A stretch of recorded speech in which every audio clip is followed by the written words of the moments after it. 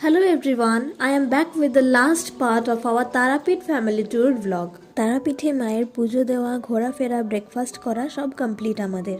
এখন সব গুছিয়ে নেওয়া হচ্ছে কারণ এরপর আমরা হোটেল থেকে চেক আউট করব।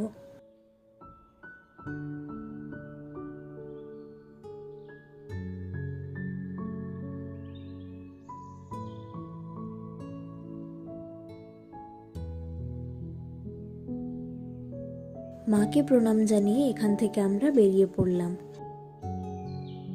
এই যে আমাদের গাড়িও পার্কিং জোন থেকে বেরিয়ে দাঁড়িয়ে রয়েছে, আর আমরা এখন যাচ্ছি একচক্রা গ্রাম, যেটি হলো নিত্যানন্দ প্রভুর জন্মস্থান। এখানকার পরিবেশটা ভীষণই সুন্দর, শান্তিপূর্ণ, নির্মল এবং মনোরম। ভগবানকে দর্শন করার জন্য আমরা যখন মন্দিরের ভেতরে যাই তখন সেখানে ভগবানের আরতি চলছিল। সকলের সাথে আমরাও আরতি দেখতে দেখতে হরিনাম করছিলাম। অসাধারণ লাগলো। এ অনুভূতি ভাষায় প্রকাশ করার মতো নয়। শ্রী রাধা বৃন্দাবন মোহনের রূপ এতটাই সুন্দর, সৌন্দর্য এত অপরূপ এবং অবর্ণনীয়, যেন মনে হচ্ছিল মন্দিরের ভেতরে বসে শ্রী রাধা বৃন্দাবন মোহনের মূর্তির দিকে তাকিয়েই ঘন্টার পর ঘন্টা অনায়াসে বের করে দেওয়া যায়। এই একচক্রা ধামে দুপুরের খাওয়া দাওয়া করে অনেকটা সময় কাটিয়ে আমরা এবার রওনা দেব বাড়ির উদ্দেশ্যে। কিন্তু তার আগে আমরা যাব আরও একটা মন্দিরে।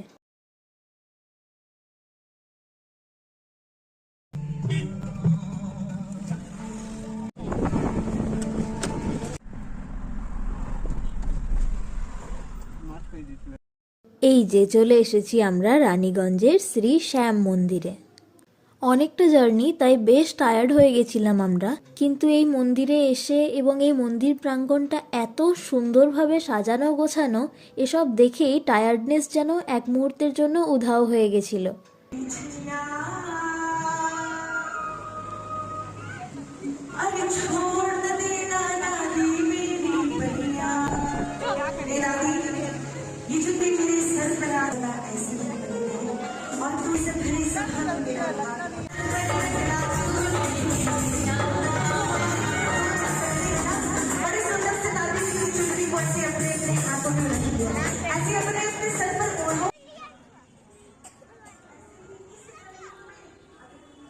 মন্দিরের ঠিক বাইরেই রয়েছে একটা ফুচকার স্টল, যেখানে এখন আমরা দাঁড়িয়েছি ফুচকা খেতে। এখানের ফুচকাগুলো এত ভালো বানিয়েছে যে আমরা জাস্ট কয়েকটা খাবো ভেবে দাঁড়িয়ে খেয়েই গেছি। কতগুলো যে খেয়েছি মনেই নেই। সাথে দই ফুচকা আর পাপড়ি চাটও খেয়েছি, দারুণ খেতে ছিল।